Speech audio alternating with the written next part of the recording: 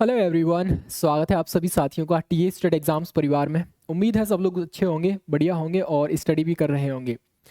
दोस्तों, पैट का रिजल्ट आया, आपने सबने अपना परसेंटाइल देख लिया। अब वो साथी जिनका परसेंटाइल ऑलमोस्ट 80-85 के ऊपर बन रहा है, अब वो सोच रहे होंगे भैया लेखपाल की वैकेंसी कब आएंगी, क्योंकि मोस्टली आप जो है आप में से बहुत से साथी ऐसे हैं जो लेखपाल का एग्ज़ाम देंगे। लेखपाल हो गया, वीपीओ हो गया, लोअर पीसीएस हो गया, है ना, असिस्टेंट जूनियर असिस्टेंट हो गया आपका। इस तरह के एग्ज़ाम्स पर ज़्यादा फोकस रहता है, क्योंकि यहाँ देखोगे यहाँ पर नंबर ऑफ़ कैंडिडेट्स ज़्यादा इंटरेस्टेड रहते हैं ये लोग, ठीक है। अब आपको तैयारी स्टार्ट करनी है, बट उससे पहले भी आपके मन में एक ख्याल होगा, एक कह सकते हैं सवाल होगा कि भैया हम लोग तैयारी तो करना चाहते हैं, परसेंटाइल भी आपका ठीक है, लेकिन ये वैकेंसी आएगी कब। देखो, ये जो वैकेंसी है लेखपाल वाली, फरवरी के आसपास आपको देखने को मिल जाएगी। कुछ ना कुछ अपडेट आराम से देखने को मिल जाएगा आपको यहाँ पर, ठीक है। कोई ना कोई अपडेट आपको जनवरी लास्ट या फरवरी में आपको डेफिनेटली, यानी अगले महीने आपको कुछ ना कुछ अपडेट देखने को मिल जाएगा कि ये वैकेंसी आने वाली है, कब आएंगी। शॉर्ट नोटिस आपसे कह सकते हैं जारी कर दिया जाएगा यहाँ तक। अब आप में से बहुत से साथी होंगे, क्या तभी एग्ज़ाम की तैयारी करें जब आपका नोटिफिकेशन आ जाए, या फिर पहले से ही करना स्टार्ट करें। तो जो भी साथी हैं जो चाहते हैं अपना सिलेक्शन सुनिश्चित करना, तो वो कह सकते हैं पहले से ही अपना स्टार्ट कर दिया होंगे, है ना। और स्टार्ट करने के लिए आपको करना क्या पड़ेगा, सिलेबस आपको बहुत अच्छे से पढ़ना पड़ेगा। जो भी सिलेबस है और जो प्रीवियस ईयर में क्वेश्चंस पूछे गए हैं उनको आपको अच्छे से पढ़ना पड़ेगा, ताकि आप जो है एक मोटा मोटा अंदाज़ा लगा पाए कि हाँ, हमको ये चीज़ें पढ़नी है, ये हमारा सिलेबस है, और हमने अपनी हैंड राइटिंग में ये सिलेबस लिख के अपनी जो स्टडी टेबल है वहाँ पर चिपका लिया है, और एक एक करके सारे टॉपिक्स को क्लियर करते चलेंगे, ठीक है। कुछ ऐसे भी साथी होंगे कि जब नोटिफिकेशन आएगा तब वो बनेंगे एकदम टाइटैनिक के पायलट, और तब जाकर वो अपनी नैया को पार लगाने का प्रयास करेंगे। बट ऐसा नहीं होता है अगर आपको वास्तव में जॉब चाहिए, क्योंकि देखो, लेखपाल की वैकेंसी आएगी वो क्लियर तो होनी ही है, हर हाल में होनी है, क्योंकि 2027 में है चुनाव। तो 27 से पहले यानी 26 में ही, अब 26 लगने वाला है कुछ दिनों में, है ना। आधा महीना चला गया ये आपका दिसंबर, ऑलमोस्ट 15-20 दिन बाद, आप 15-16-17 दिन के बाद आपका 2026 लग जाएगा। तो कुल मिलाकर ये है, आगे 2026 बहुत गोल्डन चांस है, आपको ये वैकेंसी कंप्लीट हो जाएगी, डेफिनेटली हो जाएगी, क्योंकि 27 में इलेक्शन है, बहुत सारी वैकेंसी इनको कंप्लीट करानी भी है।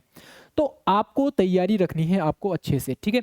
अब तैयारी रखने के लिए आपको पढ़ना पड़ेगा सिलेबस, और मैं वही सिलेबस आपके लिए लेकर आया हूँ यहाँ पर, ठीक है। सिलेबस रहेगा आपका इस तरीके से, ये आपका परीक्षा का पैटर्न रहेगा। और परीक्षा का जो पैटर्न है इसके अंतर्गत आप देखोगे 4 सेक्शंस में आपकी परीक्षा डिवाइड हो रखी होती है। एक होता है सामान्य हिंदी का, जहां से 25 क्वेश्चंस आपको देखने को मिलते हैं, ठीक है। अभी मैं बताऊंगा सारे टॉपिक्स कौन कौन से पढ़ने पड़ेंगे। उसके अलावा मैथमेटिक्स के 25 क्वेश्चंस, सामान्य ज्ञान के 25 क्वेश्चंस, ग्राम्य विकास और कह सकते हैं ग्राम समाज और ग्राम विकास, इसमें थोड़ा सामान्य ज्ञान में आपका यूपी स्पेशल भी इसी में इंक्लूड कर लिया जाता है। एक क्वेश्चन 1 नंबर का रहेगा, 100 क्वेश्चन आपको देखने को मिलेंगे, 100 मार्क्स मिलेंगे, और 2 घंटा यानी 120 मिनट का समय आपको दिया जाएगा। यहाँ पर एक छोटा सा कह सकते हैं नकारात्मक अंक भी मिलता है आपको। 1/4 की नेगेटिव मार्किंग है, मतलब ये है कि भैया आपने अगर एक क्वेश्चन अगर गलत किया है तो उस क्वेश्चन पर जो मार्क्स मिलने वाले हैं उसका 1/4 यहाँ पर कट कर लिया जाएगा। कुल मिलाकर सीधी सीधी बात यह है, अगर आपने 4 क्वेश्चन गलत किए हैं तो आपका एक क्वेश्चन सही कट कर लिया जाएगा यहाँ से, ठीक है। एक क्वेश्चन की जो नंबर है वो आपके कट कर लिए जाएंगे अगर 4 क्वेश्चन गलत किए हैं तब। तो इस तरीके से ये आपका पूरा परीक्षा पैटर्न रहता है। ऑफलाइन मोड में आपकी परीक्षा होती है, ये भी याद रखना यहाँ पर। अब यहाँ पर ये रहेगा आपका सिलेबस। इस सिलेबस के अंतर्गत जो जो चीज़ें दे रखी हैं वो आप अच्छे से पढ़ लीजिए ध्यान से। सामान्य हिंदी जो कि आपका 25 नंबर का है, इसके अंदर आपका समास आएगा, पर्यायवाची, विलोम शब्द, तत्सम एवं तद्भव, संधियां हैं, वाक्यांशों के लिए एक शब्द निर्माण हो जाएगा, लोकोक्ति एवं मुहावरे हैं, वाक्य संशोधन है, लिंग वचन कारक काल वर्तनी त्रुटि से संबंधित अनेकार्थी शब्द हैं, अपठित गद्यांश। तो कुल मिलाकर यह हिंदी कुछ ज़्यादा हार्ड नहीं है, अगर आप अच्छे से करेंगे तो आराम से, इतना समय है आपके पास, सारे टॉपिक्स को डिटेल में कवर करने के लिए आराम से कवर कर सकते हैं। आराम से इसके अंतर्गत मिनिमम 23 मार्क्स और मैक्सिमम आप 25 मार्क्स गेन कर सकते हैं आप आराम से, ठीक है। तो इतना तो टारगेट आप बना के चलें, मिनिमम इतना तो चाहिए ही चाहिए हर हाल में। इसके अलावा गणित की बात करें, गणित के भी आपके 25 नंबर 25 क्वेश्चंस देखने को मिलेंगे। यहाँ पर अंक गणित में मिलेंगे आपको संख्या पद्धति यानी नंबर सिस्टम है, परसेंटेज है, प्रॉफिट एंड लॉस है, सांख्यिकी आंकड़े रहेंगे यानी स्टैटिस्टिक्स रहेगा आपका, बारंबारता बंटन रहेगा, सारणीय रहेगा, संचयी बारंबारता हो गया, आंकड़ों का निरुद्ध कह सकते हैं निरूपण हो जाएगा, और दंड चार्ट है, पाई चार्ट है, आयत चित्र है, बारंबारता बहुभुज, केंद्रीय माप हो गया, समांतर माध्य है, माध्य का बहुलक, ये सारे टॉपिक आपके मैथमेटिक्स में देखने को मिलेंगे। और यहाँ पर भी आपका टारगेट 20 से कम तो नहीं होना चाहिए। 20 प्लस ही यहाँ पर आपका टारगेट होना चाहिए। इसके बाद जब बात करेंगे हम लोग यहाँ पर बीजगणित के बारे में, तो बीजगणित में आप देखोगे यहाँ पर आपका लघुत्तम समावर्तक यानी एलसीएम एचसीएफ रहेगा आपका यहाँ पर, और युगपत समीकरण हो जाएगा, द्विघात समीकरण, गुणनखंड, क्षेत्रफल प्रमेय, और रेखा गणित में भी आपके त्रिभुज है संबंधी, पाइथागोरस प्रमेय, त्रिभुज, आयत, वर्ग, समलंब, असमांतर चतुर्भुज। ये आपका ऑफिशियली सिलेबस है जो 2022 में आपका एग्जाम हुआ था, 2021 वाला जो एग्जाम हुआ था उसी वही सिलेबस में लेकर आया हूँ यहाँ पर, ठीक है। इसमें मैंने कुछ अपनी तरफ से नहीं इन्वॉल्व किया है, सब कुछ सेम है, आपका ऑफिशियल है। अगर कुछ भी चेंज होता है तो उसके रिगार्डिंग देखो, पहली चीज तो यह सिलेबस चेंज नहीं होगा, और अगर हुआ तो पूरा का पूरा सिलेबस कभी चेंज नहीं होता है, हमेशा कुछ ना कुछ पॉइंट्स ऐड कर दिए जाते हैं या हटा दिए जाते हैं, ठीक है। तो जो भी है यही है आपका सिलेबस, इसी के अकॉर्डिंग आप अपनी तैयारी को करते रहिए, और अगर चेंज होता है तो डेफिनेटली हम लोग एक अपडेट सेशन लेकर आ जाएंगे उसके लिए। बात करेंगे सामान्य हिंदी के बारे में, सामान्य ज्ञान के बारे में। इसमें भी आपके 25 क्वेश्चंस मिलेंगे। इस 25 में से आपको सामान्य विज्ञान पढ़ना है, जिसमें आपको फिजिक्स है, केमिस्ट्री है, बायोलॉजी है, जनरल बेसिस पढ़ना है। आप 10th क्लास का आप लोग कवर कर सकते हो।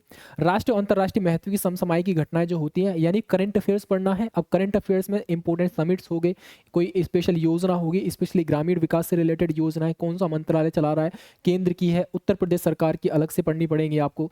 तो भारत का ये अपने आप में एक बहुत बड़ा सिलेबस है, ठीक है, अपने आप में बहुत बड़ा सिलेबस है, तो पहले आप इसको कवर कर लें जितना जल्दी हो सके।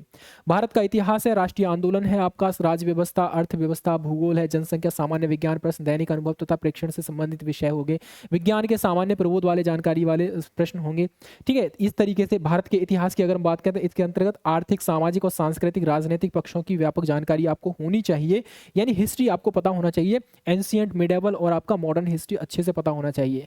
राष्ट्रीय आंदोलन पर अभ्यर्थियों से भारतीय स्वतंत्रता आंदोलन की प्रकृति यानी कि 1885 जब इंडियन नेशनल कांग्रेस की स्थापना होती है वहां से आप लोग कवर कर सकते हैं। मॉडर्न हिस्ट्री 1857 से कवर कर सकते हैं, तो वहां से आपको पता होना चाहिए। 1857 से आप लोग कवर कर लीजिए, ठीक है। इसके बाद का पूरा 1947 तक का हिस्ट्री आपको कवर करना पड़ेगा, और 1947 के बाद भी आज़ादी के बाद भारत में आपको क्या क्या जो इंपॉर्टेंट चीज़ें हैं वो भी आपको पढ़ना पड़ेगा, ठीक है। जैसे इकोनॉमी में जाएंगे तो 5 ईयर प्लान्स, कौन सा प्लान कब लाया गया, कौन सी मॉडल पर आधारित था, तो इस तरीके से आपको पढ़ना पड़ेगा।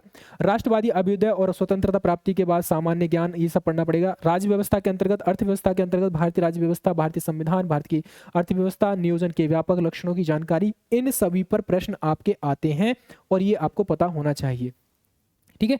तो और उसके बाद आप देखोगे भूगोल के बारे में बात करोगे तो विश्व का भूगोल आपको पढ़ना पड़ेगा। जो मेन चीजें हैं वो तो पढ़ना ही पड़ेगा, जैसे विश्व की सबसे लंबी नदी है, सबसे ऊंचा है ना पर्वत या पहाड़ कौन सा है आपका, सबसे बड़ी नदी कौन सी है, सबसे बड़ा रेगिस्तान कौन सा है, कोई स्पेशल पार्क वगैरह है कौन सा, कहाँ पर स्थित है, डेजर्ट वगैरह है ना, ये सब तो आपको कवर करना ही पड़ेगा। यहाँ पर कोई कौन सी प्रमुख जनजाति कहाँ रहती है, किस कहाँ पर घने बने जंगल ज़्यादा पाए जाते हैं, ट्रॉपिकल है या फिर कौन सा टेरेस्ट एरिया है वहाँ पर, ठीक है।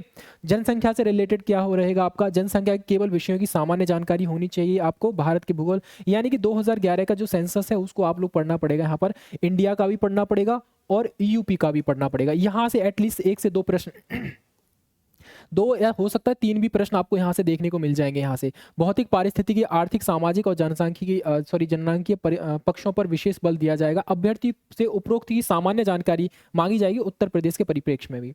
अब बात करेंगे हम लोग ग्राम समाज और ग्राम विकास से रिलेटेड, ये उत्तर प्रदेश के परिप्रेक्ष्य में पूछा जाएगा। इससे आपके 25 क्वेश्चंस आपको देखने को मिलेंगे और इस 25 में से भी आपको टारगेट रखना है लगभग 22 क्वेश्चंस का टारगेट आपको रखना पड़ेगा।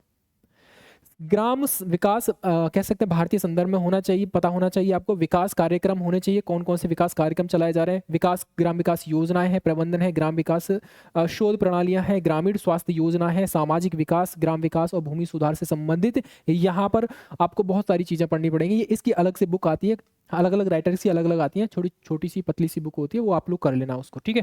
इसके अलावा राज्य व्यवस्था वगैरह है ना, पंचायत से रिलेटेड, केंद्र और राज्य सरकारी ग्राम विकास संबंधित योजनाओं से रिलेटेड सवाल डेफिनेटली आपको देखने को मिलेगा, ठीक है। तो ये इस तरीके से आपका पूरा सिलेबस है ना लेखपाल का, और आप आराम से इस सिलेबस को क्या करेंगे, मैं टेलीग्राम पे डाल दूंगा ये PDF, आप वहां से इसको कवर कर लेंगे, ठीक है।